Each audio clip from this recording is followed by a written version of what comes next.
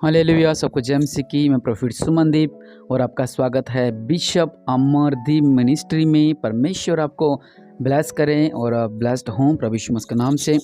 प्रभु का नाम सबसे महान है, वो सृष्टि का करता है, इसलिए उस महान परमेश्वर को धन्यवाद दें क्योंकि परमेश्वर महान है। और आज शाम की लाइव प्रार्थना आप जरूर जुड़ें। 7 दिसंबर 2022 शाम को 8 बजे मेरे channel prophet Sumandeep ministry YouTube पर लाइव जरूर जुड़ें क्योंकि आज डबल आशीष आपको मिलने वाली है, एक बड़ी ब्लेसिंग आपको मिलने वाली है। प्रभु के नाम की एक बड़ी आशीष आपको मिलने वाली है क्योंकि परमेश्वर महान है और राजाओं का राजा है, प्रभुओं का प्रभु है, वो सर्वशक्तिमान है, दयालु है। इसलिए उस महान परमेश्वर को धन्यवाद दें क्योंकि परमेश्वर ने हमें आज का दिन दिखाया है।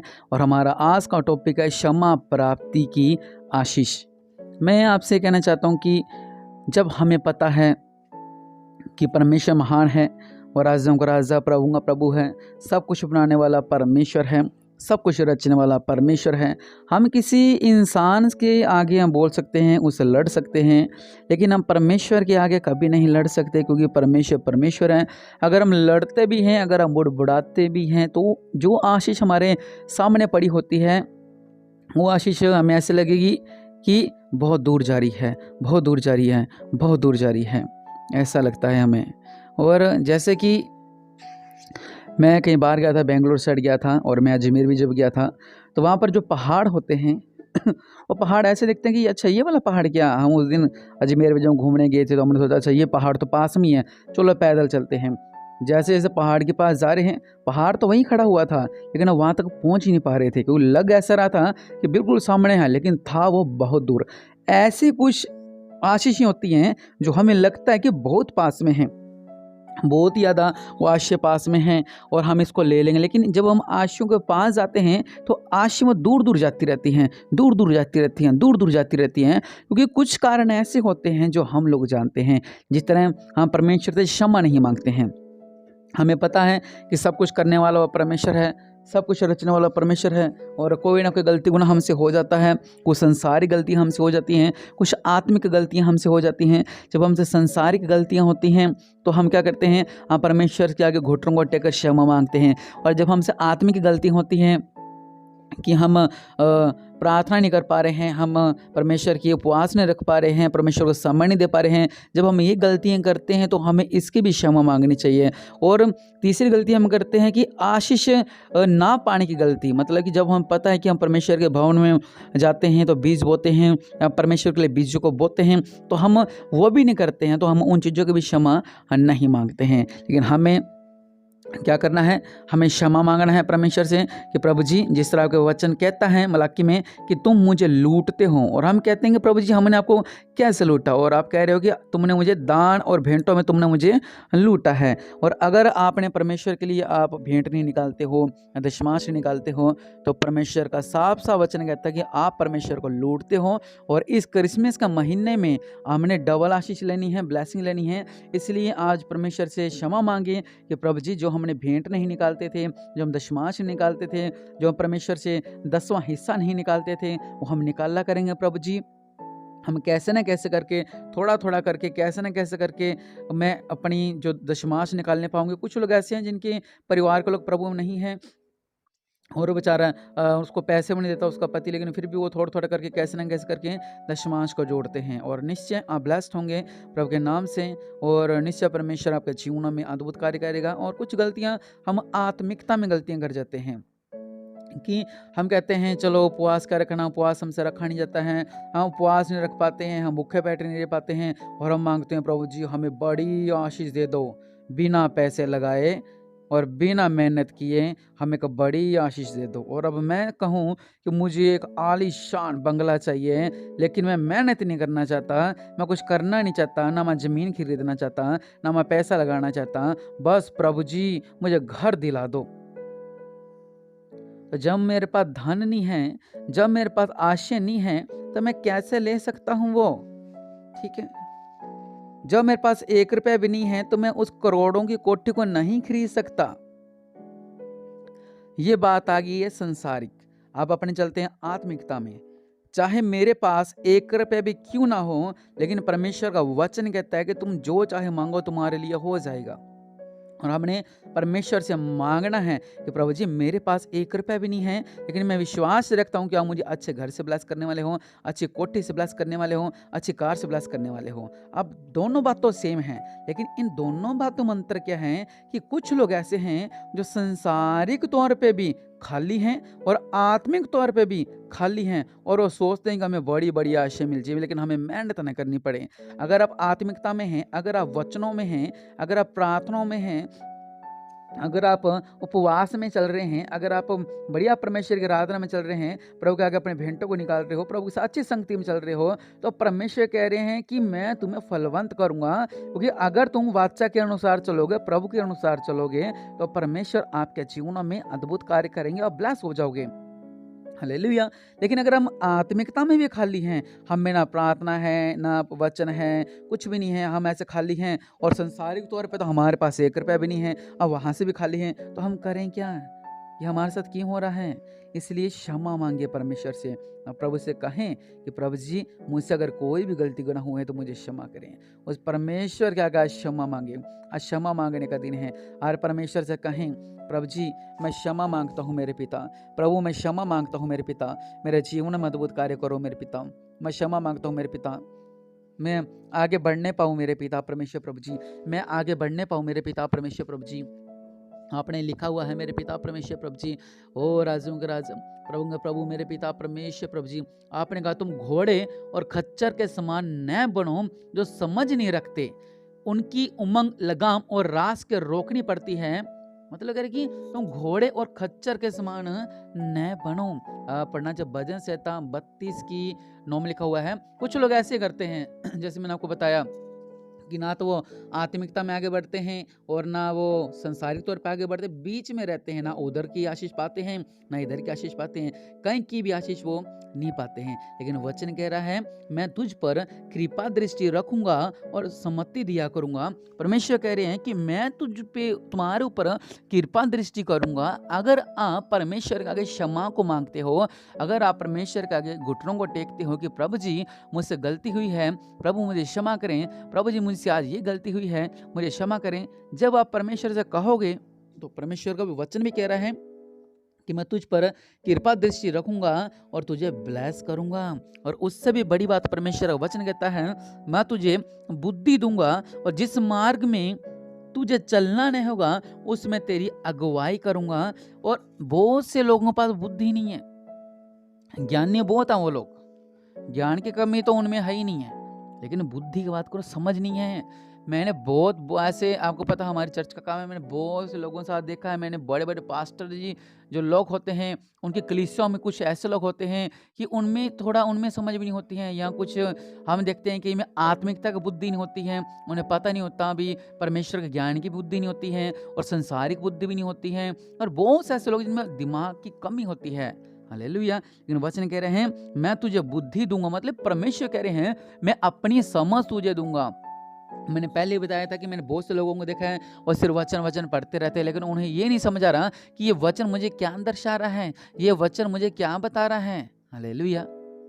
अभी मैंने पहले बताया था कि मैं पहले से टॉपिक तैयार नहीं करता कभी भी। अभी मैंने बाइबल खोली, मैं सोच रहा था अभी 11:30 हो चुके हैं रात के, मैं सोच रहा था क्या प्रचार करूं और मैं क्या समझाऊं लोगों को और मैंने बाइबल खोला, क्षमा प्राप्ति की आशीष लिखी। मैंने कहा चलो आज क्षमा प्राप्ति की इनका आशीष के बारे में बताते हैं। तो ये मैंने पहले से कुछ तैयार नहीं किया हुआ, ना मैंने इनको कभी पढ़ा, मतलब कि ये वैसे पढ़ा हुआ है, लेकिन इसको मैंने काफ़ी टाइम से नहीं पढ़ा इस आयत को। लेकिन जैसे मैंने पढ़ा मुझे परमेश्वर ने बुद्धि दी कि मैं आपको समझाने पाऊँ, ऐसा ऐसा ऐसा हर एक बात मैं आपको बताने पाऊँ। ये मैं पहले से कुछ भी तैयार नहीं किया, ना मैं पहले कभी करता हूँ, तो मेरे पास इतना समय नहीं हमारे पास होता है कि मैं ये पहले से तैयार करके रखूँ, नहीं। लेकिन परमेश्वर ने हमें बुद्धि दी है कि हमने इन बातों को आपके सामने स्पष्ट किया है। और वचन कह रहा है मैं तुझे बुद्धि दूंगा और जिस मार्ग में तुझे चलना नहीं होगा उसी में तेरी अगुवाई करूंगा।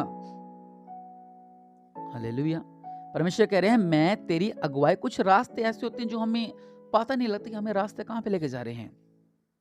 मेरी इस प्रार्थना को जो सुन रहा है उनके भी ऐसे रास्ते हैं, उन्हें समझ नहीं आता कि मेरा रास्ता जा कहाँ पे रहा है, समझ नहीं आ रहा, किनारा नहीं मिल रहा है, करूं क्या, प्रभु से दूर हो जाऊं, समझ नहीं आ रहा, या प्रभु में रहूं, प्रभु मोर रहूं तो ये संकट, ना रहूं तो ये संकट, मैं तो प्रॉब्लम में चल रहा हूं, लेकिन वचन क्या कह रहा है, मैं तेरी अगुवाई करूंगा। मतलब परमेश्वर आपकी अगुवाई करेंगे, परमेश्वर आपके ऊपर अपनी कृपा करेंगे, आपको ब्लेस करेंगे और आप आशीष होंगे प्रभु यीशु मसीह के नाम से। हालेलुया। वचन कहता है, यहोवा के कारण आनंदित और मगन हो जाओ। हालेलुया।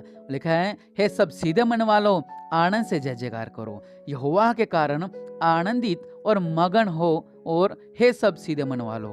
हालेलुया। जिनके मन सीधे हैं, सीधे मन वाला जो सीधा की परमेश्वर में लवलीन है, परमेश्वर की बुद्धि में लवलीन है, परमेश्वर की आत्मा में लवलीन है, उन्हें किसी से कोई मतलब नहीं है, सीधा अपने परमेश्वर से चलते हैं और परमेश्वर के लोगों के साथ चलते हैं, परमेश्वर की संगति में चलते हैं, प्रभु के आशीषों में चलते हैं, प्रभु की ब्लेसिंग में चलते हैं, प्रभु के वचनों में चलते हैं, प्रभु की अपने चर्च के अंडर चलते हैं। हर एक बात में जो वो परिपूर्ण रहते हैं, तो परमेश्वर उन्हें आनंदित करते हैं और उन्हें मगन करते हैं। हालेलुया। क्योंकि मैं फिर कहूँगा कि अगर परमेश्वर ही हमसे नाराज हो गए तो क्या रह गया है। अगर हम परमेश्वर को ही नाराज कर रहे हैं, अगर घर का मुखिया वही नाराज हो गया है जिससे आपका घर चलता है, तो क्या रह गया? क्या आपका घर चल पाएगा? नहीं चल पाएगा। अगर आपका मुखिया परमेश्वर है, अगर वही आपसे नाराज हो गया, तो आपके जीवन की गाड़ी कैसे चलेगी? वचन क्या कह रहा है, एक भगत तुझसे ऐसे समय में प्रार्थना करे जबकि तू मिल सकता है। मतलब परमेश्वर के आगे जब प्रार्थना करते हैं, वचन कहता है प्रार्थना कर जबकि तू मिल सकता है। निश्चय जब जल की बड़ी बाढ़ आए तो भी उस भक्त के पास न पहुंचेगी। जब हम परमेश्वर के आगे अपने अधर्म और पाप की क्षमा मांगेंगे कि प्रभु हमसे पाप हुआ है, हमसे गलती हुई, हम क्षमा मांगते हैं, और वचन कह रहा है कि निश्चय जब जल की बड़ी बाढ़, मतलब कि एक बड़ा संकट भी आपके ऊपर, मतलब लिखा है कि उस भगत के पास न पहुंचेगा। हालेलुया। क्योंकि वह मेरे छिपने का स्थान है, तो संकट से मेरी रक्षा करेगा और मुझे चारों ओर से छुटकारे के गीतों से घेर लेगा। हालेलुया। वो कह रहा है कि तू मेरी रक्षा करेगा प्रभु जी, आप मेरी रक्षा करोगे और आप ही मुझे घेर लोगे, हर एक संकटों से मुझे बचाओगे, हर एक मुश्किलों से मुझे बचाओगे। लेकिन वचन कह रहा है जब आप अपने अधर्म और पापों की क्षमा मांगोगे तब। हालेलुया। वचन कह रहा है कि जब तक आप परमेश्वर का क्षमा नहीं मांगोगे, और क्षमा मांगनी चाहिए, क्योंकि हम सोचते हैं कि हमने तो गलती की नहीं है, लेकिन फिर भी गलतियां कराने वाला उसका नाम है शैतान। मनों को बदलने वाला कौन है? शैतान। हालेलुया। वो हमारे मन में गलत विचार डालता है, शैतान।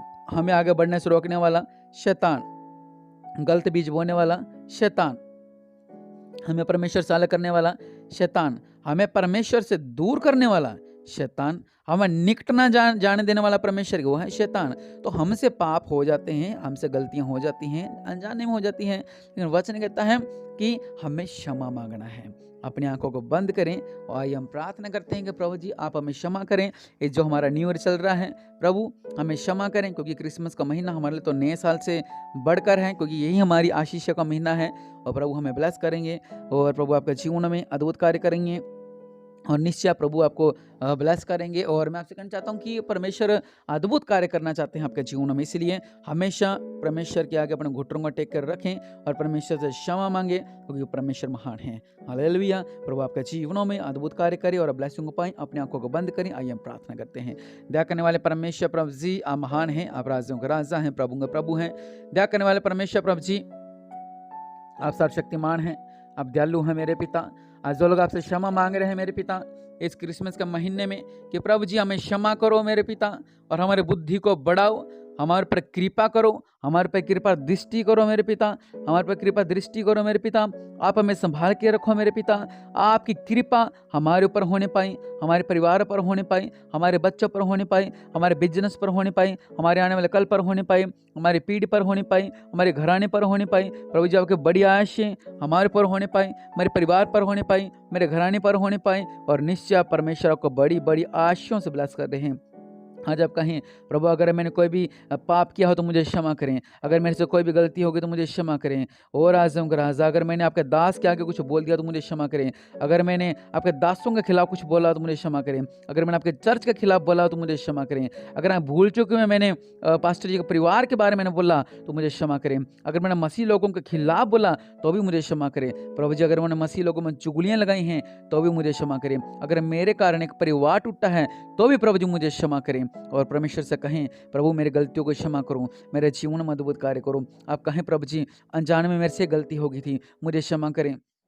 आप कहें, गलती मुझसे ये हो गई थी, अनजाने मुझसे संकट हो गया था, अनजाने मुझसे बीमारी आ गई थी, अनजाने मेरे ऊपर ये हो गया था। आप कहें परमेश्वर से, प्रभु जी मेरे ऊपर ऐसा हो गया था, मेरे ऊपर ऐसा हो गया था, मेरे ऊपर ऐसा हो गया था, और आप मेरे पापों को क्षमा करो मेरे पिता, मुझ पर क्षमा करो, मेरे में से हर एक पाप को क्षमा करो मेरे पिता, मुझे क्षमा करो मेरे पिता। मैं अपने आप को, मेरे जीवन को, मेरे हृदय को आपके घुटनों के आगे रखता हूँ, मेरे सिरों को झुकाता हूँ मेरे पिता को घुटनों के आगे मेरे पिता। मुझे क्षमा करें, मुझे क्षमा करें, मुझे क्षमा करें मेरे पिता। और मैं विश्वास करता हूँ परमेश्वर ने आपके पापों को क्षमा किया है, और इस सुंदर सुबह के लिए उस प्रभु को धन्यवाद दें कि प्रभु ने आपके पापों को क्षमा किया है, और प्रभु निश्चय अद्भुत कार्य करने वाले हैं। और हमें क्षमा की शुरुआत सुबह ही करनी चाहिए कि प्रभु जी आप हमें क्षमा करें। जब भी हम प्रार्थना करें परमेश्वर से क्षमा मांगे कि प्रभु हमें क्षमा करो, और तो ही दिन की शुरुआत किया करें, और प्रभु आपको ब्लेस करे और आप आशीष को पाएं प्रभु यीशु मसीह के नाम से। और अगर आप चैनल पर नए हैं, चैनल को सब्सक्राइब करें, रेड कलर का बटन दबाएं, वीडियो को शेयर करें ज़्यादा से ज़्यादा, और प्रभु आपके जीवन में अद्भुत कार्य करें। आमीन।